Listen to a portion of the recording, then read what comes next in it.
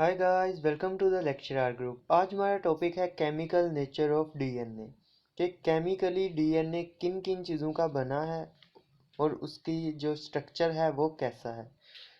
तो आइए चलते हैं अपने लेक्चर की तरफ। दोस्तों, फ्रेडरिक मिशर ने पहली बार जो है वो डीएनए 1869 में डिस्कवर किया था। उसने ये डीएनए कहाँ से डिस्कवर किया था? ह्यूमन के सेल में से और फिश के स्पर्म में से, और इसको नाम दिया था न्यूक्लियन का। उसके बाद जब साइंसदानों ने मज़ीद डीएनए पे तहकीकात की तो उन्हें पता चला कि एसिडिक करैक्टर होता है न्यूक्लिक एसिड का, तो इसलिए इसे न्यूक्लिक एसिड कहना शुरू कर दिया। न्यूक्लिक जो कि फ्रेडरिक ने नाम दिया था, और एसिडिक उसके करैक्टर की वजह से, तो न्यूक्लिक एसिड इसको कहना शुरू कर दिया। दोस्तों, अक्सर सवाल पूछा जाता है कि एसिडिक करैक्टर किस वजह से होता है डीएनए का। तो ये भी मैं अभी आपको नेक्स्ट इसका जब स्ट्रक्चर बताऊंगा तो उसमें मैं आपको बता दूंगा कि इसका एसिडिक करैक्टर क्यों होता है।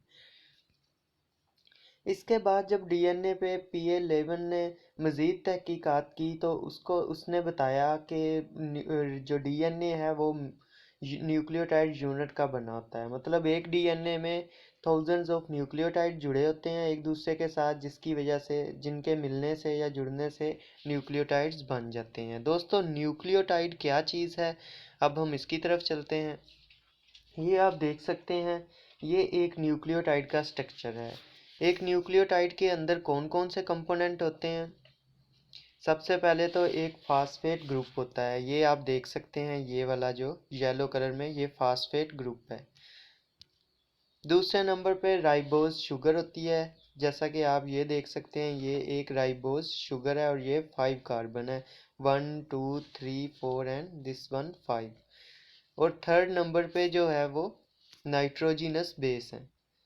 मतलब ये जो आपको ऑरेंज कलर में ये नज़र आ रही है, ये नाइट्रोजिनस बेस है। तो न्यूक्लियोटाइड तीन चीज़ों की बनी होती है: phosphate group, 5 carbon ribose sugar और नाइट्रोजिनस बेसिस की। अब हम इन तीनों न्यूक्लियोटाइड जिन तीन चीज़ों की बनी होती है उनको अब हम मज़ीद डिटेल में देखते हैं।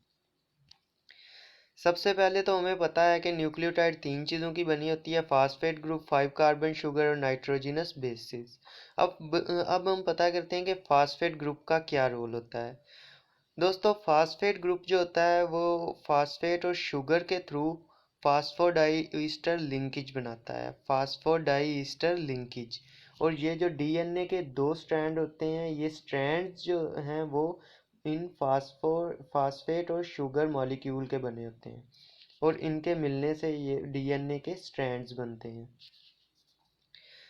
तो ये कैसे बनते हैं ये मैं अभी आपको बताता हूँ। ये आप देख सकते हैं, दो न्यूक्लियोटाइड्स आपको नज़र आ रही हैं यहाँ पे। एक ये न्यूक्लियोटाइड है और एक नीचे। इन दोनों के दरमियान ये जो है फास्फेट ग्रुप और ये वाला OH, ये दोनों आपस में मिलते हैं। यहाँ से एक H और यहाँ से OH निकल के वाटर बना देते हैं, और ये दोनों आपस में फास्फोडाइईस्टर बॉन्ड के थ्रू जुड़ जाते हैं। ये वाला जो बॉन्ड बना है इसको हम क्या बोलते हैं? फास्फोडाइईस्टर बॉन्ड। तो ये जो है वाटर के निकलने से फास्फोडाइईस्टर बॉन्ड बन जाता है न्यूक्लियोटाइड में। इस तरह जो है थाउजेंड्स ऑफ न्यूक्लियोटाइड ज्वाइन करते हैं, जिसकी वजह से क्या बन जाता है? पूरा डीएनए का मॉलिक्यूल। अब हम चलते हैं कि राइबोज शुगर क्या होती है। दोस्तों, राइबोज शुगर जो है वो दो तरह की होती हैं। एक होती है डीऑक्सी राइबोज शुगर जो कि डीएनए में पाई जाती है। इसी तरह एक होती है राइबोज शुगर जो कि आरएनए में पाई जाती हैं। डीऑक्सी राइबोज शुगर और ऑक्सी राइबोज राइबोज शुगर में क्या फ़र्क है, ये मैं अभी आपको बताता हूँ। जैसा कि मैंने आपको बताया था, राइबोज शुगर 5 कार्बन शुगर होती है। आप ये देख सकते हैं, ये 5 कार्बन का रिंग बना हुआ है, और इसके आप ये थर्ड वाले एंड पे देखें कि ये थर्ड कार्बन जो है इस पे OH बॉन्ड बना हुआ है, ठीक है। और सेकंड वाले पे भी देखें, OH बॉन्ड बना हुआ है, ठीक है। तो ये राइबोज शुगर है कि इसके थर्ड और सेकंड और थर्ड दोनों पे OH बॉन्ड लगा होता है। लेकिन आप ये डीऑक्सी में देखें, डीऑक्सी जैसे कि नाम से पता चल रहा है कि ऑक्सीजन एक निकली हुई है। तो इसमें देखें, सेकंड वाले में एक O रिमूव्ड है, और थर्ड वाले में OH ही है, जबकि सेकंड वाले में H लगा हुआ है। तो इस वजह से इसको डीऑक्सी राइबोज शुगर बोलते हैं। ये DNA में मौजूद होती है, और ये है राइबोज शुगर जो कि RNA में मौजूद होती है। दोनों जो हैं ये दोनों की न्यूक्लियोटाइड में ये फ़र्क होता है। उसके बाद जो है थर्ड नंबर पे वो है नाइट्रोजिनस बेसिस। नाइट्रोजिनस बेसिस का मैं आपको बताता जाऊं कि इसकी भी आगे दो टाइप्स होती हैं। जिस तरह राइबोज शुगर की जो हैं वो दो टाइप्स हैं, जिस तरह राइबोज शुगर की दो टाइप्स हैं, इसी तरह नाइट्रोजिनस बेसिस की भी दो टाइप्स हैं। पहली है प्योरीन, जिसमें आ जाती है एडिनिन और गवानीन, ये दो नाइट्रोजिनस बेसिस हैं। इसी तरह सेकंड नंबर पे आ जाती है पैरामिडाइन, जिसमें जो है वो साइटोसिन और थायामीन, और यूरासिल आ जाता है आरएनए। आरएनए के लिए थायामीन की जगह यूरासिल आता है। ये दोस्तों आपने एक डिफरेंस याद रखना है कि डीएनए में तो थायामीन लगती है नाइट्रोजनस बेस, लेकिन जो आरएनए है उसमें थायामीन की जगह यूरासिल लगती हैं। बाकी एडेनिन गवानीन साइटोसिन जो है ये तीनों सेम है दोनों में, बस जो है टी और यू का डिफरेंस है। तो अब मैं इनकी भी आपको पिक्चर दिखा देता हूँ। ये आप देख सकते हैं कि प्योरीन्स जो हैं ये ऊपर वाली दोनों ये डबल रिंग है। इनके स्ट्रक्चर आपको जो है वो देख लें एक बार। ये डबल रिंग स्ट्रक्चर है प्योरीन का, इसलिए ये जो है थोड़ी लार्ज होती हैं नाइट्रोजनस बेसिस, जबकि जो पैरामिडीन्स हैं वो स्मॉल होती हैं और वो सिंगल रिंग स्ट्रक्चर है। आप देख सकते हैं कि सिंगल रिंग की बनी हुई है, एक जो है वो कार्बन का सिंगल रिंग है। तो इन दोनों में ये बेसिकली डिफरेंस होता है कि एडिनिन और गवानीन जो हैं वो डबल रिंग हैं, इसलिए उनको प्योरीन्स कहते हैं, और इसी तरह पैरिमिडीन सिंगल रिंग्स हैं तीनों, और उनको पैरिमिडीन कहते हैं। अब हम चलते हैं फास्फोडाइस्टर बॉन्ड को मज़ीद डिटेल से देखते हैं, जो कि हमने अभी फास्फेट ग्रुप में पढ़ा था। ये बनता है डिहाइड्रेशन सिंथेसिस से। इसको कहते हैं फास्फोडाइईस्टर बॉन्ड। अब आप यहाँ पे देख सकते हैं कि ये एक न्यूक्लियोटाइड है, जिसका ये तीन न्यूक्लियोटाइड तीन चीज़ों की बनी होती है, फास्फेट ग्रुप, राइबोज शुगर और नाइट्रोजिनस बेस। नाइट्रोजिनस बेस यहाँ पे उन प्योरीन और पैरामिडीन में से कोई भी हो सकती है, ठीक है। अब इसका ये OH है और इस सेकंड वाली न्यूक्लियोटाइड का ये फास्फेट ग्रुप है। ये दोनों जो हैं आपस में मिल जाएंगे, एक यहाँ से OH निकलेगा, यहाँ से H निकलेगा और H2O बन जाएगा, पीछे रह गया सिर्फ O। तो यहाँ पे देखें आप, फास्फेट के साथ O लग गया और इधर भी ज्वाइन हो गया कार्बन से, और इधर भी ज्वाइन है कार्बन से।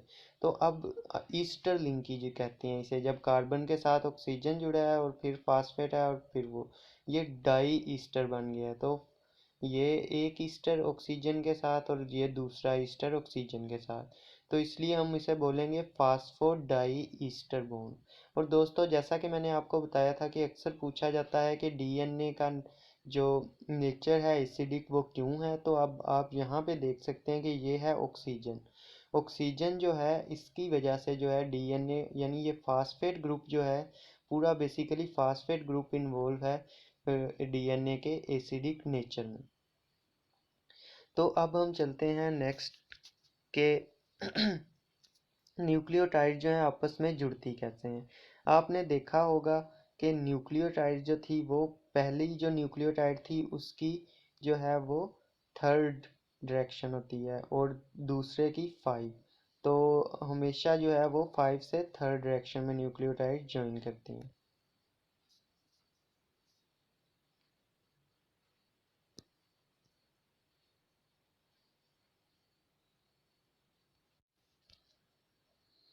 यहाँ पे आप देख सकते हैं कि ये है 5 कार्बन पे लगा हुआ फास्फेट ग्रुप, और यहाँ से काउंट करें 1 2 3 4 एंड 5 कार्बन पे फास्फेट ग्रुप, और जबकि ये देखें ये हाइड्रोक्सल ग्रुप जो था वो 3 कार्बन पे लगा था।